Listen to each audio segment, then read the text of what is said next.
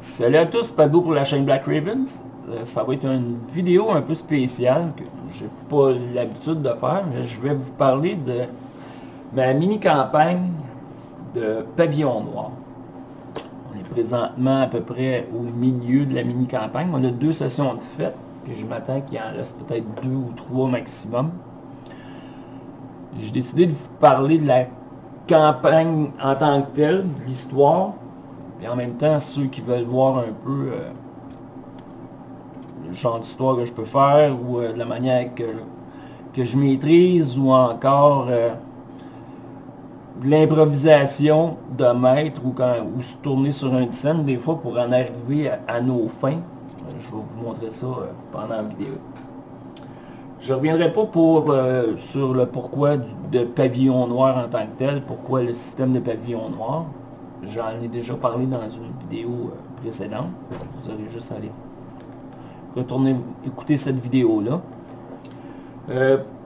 Ça faisait longtemps qu'on me demandait de faire peut-être une campagne ou une session qui parle sur le thème des pirates.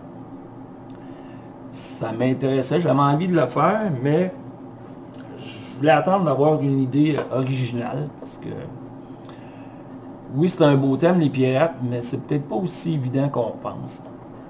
Excusez-moi. Qui dit pirate dit trésor, dit combat de bateau, combat de navire, de l'escroquerie, des malédictions, tout ça mis ensemble. Puis arriver avec quelque chose qui peut être original, c'est pas, en tout cas pour moi, c'était pas aussi évident que ça pouvait le paraître. Et finalement, j'ai réussi à trouver une idée, quelque chose, je me suis en allé là-dessus.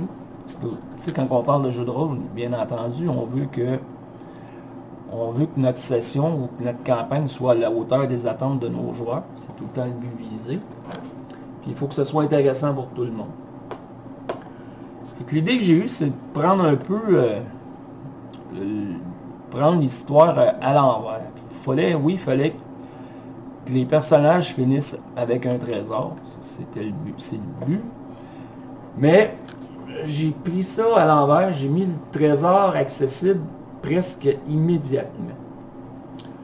Bien entendu, ils ne pouvaient pas partir avec tout de suite, puis je vais vous expliquer pourquoi, mais c'est comme ça que j'ai parti mon idée, d'essayer de partir ça à l'envers. Fait au départ, ce qui est arrivé à la création des personnages, il y a un joueur, son personnage était un peu plus jeune que les autres, qui ne faisait pas partie de l'équipage en tant que tel du navire de pirate, qui n'était pas un pirate. Et ce personnage plus jeune-là résidait sur l'île à la Tortue. Bien entendu, c'est un classique. Hein? Et l'île a été attaquée par des Espagnols. Durant l'attaque, lui a essayé de s'enfuir. Il est resté avec sa mère. Et sa mère avait un amant, on va dire, qui, lui, était un pirate. Bien entendu, il y avait des choses de cachées dans la maison. Et en fuyant pendant que la maison était en feu, le jeune a trouvé, eh oui, une carte au trésor. Il s'est sauvé. Il a réussi à se trouver, à embarquer sur un navire, sans le savoir, mais c'est un navire de pirates qui est venu à la défense de l'île. Pour acheter son droit de passage sur le bateau, bien entendu, il a donné la carte au capitaine. Ça mettait un terme à la première session. Ensuite de ça, la deuxième session, on reprend à la fin, bien entendu, le capitaine, avec, excusez-moi, avec la carte, tu pars en direction de l'île au trésor. Et contrairement, je pense, à ce que les joueurs s'attendaient, ils ont pratiquement eu aucune embûche à trouver l'île. Ils l'ont trouvé quand même assez facilement. Là, le but que j'avais, c'était que oui, qu'ils trouvent le trésor sans pouvoir partir avec. Le but était de déclencher une malédiction et qu'ils devaient rompre cette malédiction-là pour pouvoir partir avec le trésor un jour. Je devais retenir les personnages au moins une semaine sur l'île. pour que la malédiction ait vraiment le temps de s'enclencher et d'amener ça au niveau où je voulais. Fait qu'à leur arrivée à l'île, bien entendu, il y avait déjà un navire de pirates qui était là. Puis on peut s'imaginer, eux autres aussi, il y avait un genre, une carte qui menait à ce trésor-là. Bien entendu, hein, des pirates, ça reste des pirates. Des fois, ils réfléchissent peut-être pas trop. Tout le temps qu'il faudrait, fait qu'ils ont décidé d'attaquer l'autre navire. Bien entendu, ils l'ont coulé. C'était le but aussi, mais ils s'en sont pas sortis sans dommage. Leur navire a été endommagé. Fait que pendant que certaines personnes évaluaient les dégâts du navire et essayaient de voir au ravitaillement, ben d'autres sont allés chercher le trésor, le foutu trésor, qui se trouvait dans une grotte en plein milieu de l'île. Bien entendu, ils s'attendaient à toutes sortes d'embûches. Hein. Ça ne pouvait pas lui tomber dans les mains aussi facilement. Il y en a eu quelques-unes, mais pas trop. Pas trop, jusqu'à l'arrivée de la grotte, il y a quelques marins qui sont morts, mordus par des serpents ou piqués par des araignées. C'est à peu près tout. Aucun des personnages principaux a été atteint. C'était pas mon but, j'aime pas tuer des personnages en début de campagne, surtout. J'aime bien qu'ils survivent un peu et qu'ils aient le temps de voir où est-ce que ça s'en va. Rendu proche de l'entrée de la grotte, ils ont commencé à trouver les autres marins. Ils ont trouvé des marins malades, morts, avec plein de pustules et de boursouflures un peu partout. Et sont arrivés à la grotte où ce que le trésor était caché. Il y avait 2-3 survivants, bien entendu. Ils ont fait le ménage, ils les ont tués. On rentre dans la grotte, ils trouvent le trésor. Là, mon but était que il y avait une poupée voodoo dans un gros coffre. Ce que je voulais, c'est que le capitaine ouvre le gros coffre, prenne la poupée dans ses mains, déclenche la malédiction, et c'était réglé. Bien entendu, ça ne s'est pas passé comme ça. Hein? C'était comme trop facile. C'est vrai que... Puis ils se sont pas laissés prendre au piège. Ils ont tout de suite senti, surtout qu'il n'y avait rien, il n'y avait pas personne pour les attaquer. Le trésor était là, un gros coffre, 7-8 petits coffres. Puis tout était là à portée de main. Deuxième session, ça faisait louche, puis pas à peu près. Et oui, il y avait raison de se douter de quelque chose, mais c'était mon but. Je dis, ils vont aller voir la cupidité des pirates, c'est quand même légendaire. Là, ils m'ont niaisé un peu. Première réaction, c'est, on touche pas au gros coffre, on va checker les petits coffres. On ouvre les petits coffres. Bon, il y a de l'or, des bijoux, toutes sortes d'affaires. Là, on taponne, il n'y a rien. Là, je demande, vous faites quoi? Bon, on part, on amène les petits coffres, on laisse le gros là. Pas de problème. Mais là, il n'y a pas de problème. Il n'y a jamais de problème quand tu es maître de jeu. Toujours des solutions. Là, pour que la game continue, pour continuer la campagne, il faut que la foutue malédiction se déclenche. Fait que dans ma tête, je me dis, c'est pas grave, on va mettre la poupée dans un petit coffre. Eux autres, ils ne savent pas, ils sont pas au courant de ça. Mais finalement, le capitaine se décide d'envoyer un matelot voir le gros coffre. Fait que le matelot ouvre le couvert du coffre. Là, l'important, c'était que la malédiction soit déclenchée par un des personnages. Ça ne pourrait pas être n'importe quel matelot. Il fallait que ce soit un des personnages. Vous allez comprendre un petit peu plus loin. Fait qu'il envoie un matelot quelconque, pas important. Là, rouvre le coffre, le matelot.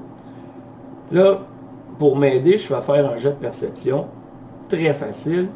Et le capitaine remarque que le matelot, tout de suite, il vient les yeux gros comme des 30 sous. Puis, il essaie de sortir son couteau sans que personne ne le voie. Mais le capitaine l'a vu. Fait qu'il dit, non, tu reviens ici, tu refermes le coffre, on part avec tout ça, on amène ça au bateau. Ils partent avec les coffres. Pas de problème, tout va bien. Comme si de rien n'était. Fait que rendu sur le bateau, là, bien entendu, ils ne peuvent pas partir parce qu'ils en ont pour à peu près une semaine à réparer le bateau. Fait qu'ils sont pognés sur l'île avec les coffres et toute la poutine. Rendu sur le bateau, le capitaine envoie son second, qui est un personnage, vérifier c'est quoi qu'il y a dans le foutu gros coffre. Là, le second ouvre le coffre, voit la poupée voodoo qui, c'est une poupée bien ordinaire. Vous savez tous à quoi ça ressemble une poupée voodoo, sauf que ses yeux, c'est deux méchants gros diamants.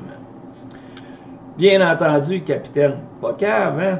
Je pense qu'avec le temps, ils me connaissent. Il dit, tu touches pas à la poupée, tu laisses ça là. Fait que le second obéit au capitaine, c'est beau. Là, je suis un peu pogné, il faut qu'il apprenne. Il faut qu'il apprenne la foutue poupée. Mais quand tu es maître de jeu et que personne ne connaît ton histoire, ben t'arranges ça comme tu veux. C'est la beauté de la chose. Puis pour qu'il y ait une suite, ben il faut que la malédiction se déclenche. Fait que là, le second me regarde et dit, je prends mon couteau, je suis capable d'enlever les diamants? Oui, tu es capable. C'est comme juste attaché. Prends son couteau, j'ai dit, tiens, juste le fait de prendre les diamants, finalement, déclenche la malédiction. Bien entendu, deuxième diamant enlevé, pouf, le gros coup de vent. Tout le monde se regarde. Ils savent qu'il vient de se passer quelque chose, mais pour l'instant, tout a l'air normal. Deuxième journée, ça c'est la première journée qu'ils sont arrivés. Ils sont là pour une semaine, il ne faut pas oublier ça. Deuxième journée, il y a des marins qui commencent à être malades. Bien entendu, ça ne s'attaque pas immédiatement au personnage, mais commencent à être malades. Là, le capitaine puis les personnages commencent à se douter qu'il se passe de quoi. Finalement, troisième jour, des marins commencent à mourir. Là, les pustules, les boursouflures, tout sort, le mucus qui sort partout. Et il y a des personnages qui commencent à sentir les effets de ça. Finalement, il y en a un, je ne me rappelle pas quel personnage exactement, qui dit il se passe de quoi depuis qu'on a trouvé ce trésor-là, qu'on est malade. Fait que bien entendu, ce qu'ils font, ce qu'ils décident, c'est ramener le trésor dans la grotte. Ils ramènent le trésor dans la grotte et aussitôt tout est ramené. Là, ils sont encerclés par une tribu de, on va dire, d'indigènes. Ouais, c'est des indigènes, on va dire. Et c'est là qu'ils prennent conscience de la malédiction d'Abayaba.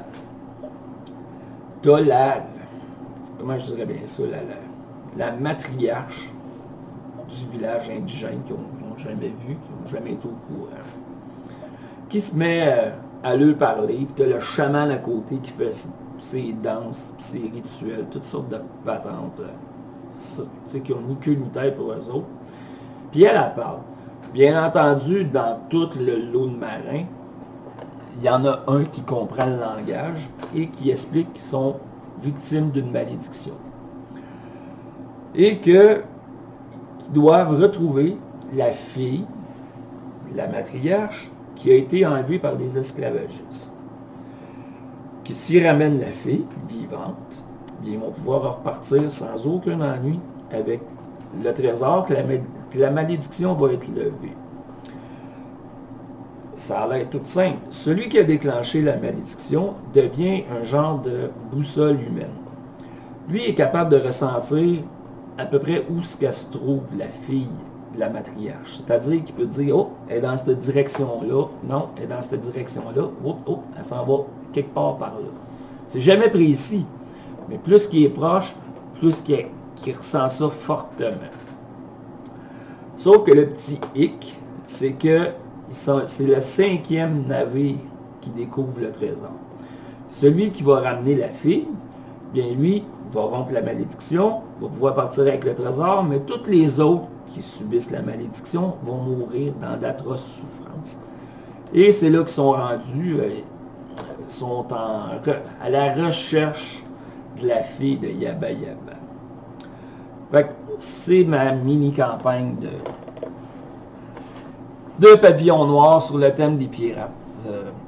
J'imagine que qu'ils vont la retrouver, oui. L'important, c'est de la ramener vivante. Parce que si elle est morte, ils vont finir par crever à cause de la malédiction. C'est le but. Donc, c'est pas d'attaquer si jamais un vaisseau pirate la prend et la ramène, tu peux pas attaquer le vaisseau de front. Ça va être... pensez-y bien. Et c'est là qu'ils sont rendus. C'est pour un peu aussi vous montrer que des fois, on pense à des affaires puis ça va pas nécessairement comme on pense, mais vous êtes toujours maître de votre session, de votre partie. Puis tant qu'il n'y a rien qui est engagé formellement, ben vous pouvez amener ça au niveau où vous voulez. Les joueurs ne la connaissent pas, l'histoire. Ils savaient, ils me l'ont dit à la fin. Ils ont trouvé ça bon, ils ont trouvé l'idée intéressante, brillante, mais ils savaient que peu importe ce qu'ils feraient, la malédiction serait déclenchée. Je l'aurais mis n'importe où la foutue poupée, j'aurais trouvé une manière qu'elle se déclenche, parce qu'il fallait que ça arrive. Sinon, il n'y a pas de suite. Des fois, non, ça va peut-être pas exactement comme on veut, mais si on prend le temps d'y penser vite, il y a toujours moyen de trouver un petit échappatoire pour amener ça où ce qu'on veut finalement.